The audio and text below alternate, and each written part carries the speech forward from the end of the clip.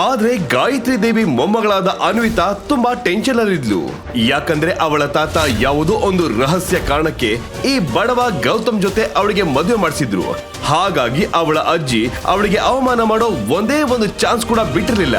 ಹಾಗಾಗಿ ಅನ್ವಿತಾ ತುಂಬಾ ಎಕ್ಸ್ಪೆನ್ಸಿವ್ ಆದ ಗಿಫ್ಟ್ ಅನ್ನ ಅಜ್ಜಿಗೆ ಕೊಟ್ಟು ಎಲ್ಲರೆದುರು ತನ್ನ ಸ್ಟೇಟಸ್ ತೋರಿಸ್ಬೇಕಂತಿದ್ದು. ಗಾಯತ್ರಿ ದೇವಿಗೆ ಗಿಫ್ಟ್ ಕೊಡೋ ಆಲೋಚನೆಯಲ್ಲಿ ಹೋಗ್ತಾ ಇರ್ಬೇಕಾದ್ರೆ ಸಡನ್ ಆಗಿ ಪೊಲೀಸ್ ಟೀಮ್ ಬಂದು ಅವರನ್ನ ಸುತ್ತುವರೆದ್ರು. ಹಿಡ್ಕೊಳ್ಳಿ ಈ ಕಳ್ಳನ ನಾನೇನು ಮಾಡಿಲ್ಲ, ನಾನೇನು ಕದ್ದಿಲ್ಲ. ಹೌದಾ? ನಡಿ, ಇವನೇ ಆ ಕಳ್ಳ, ಇವನೇ ಸಂಚು ಮಾಡಿ ಕಳ್ಳತನ ಮಾಡಿರೋದು.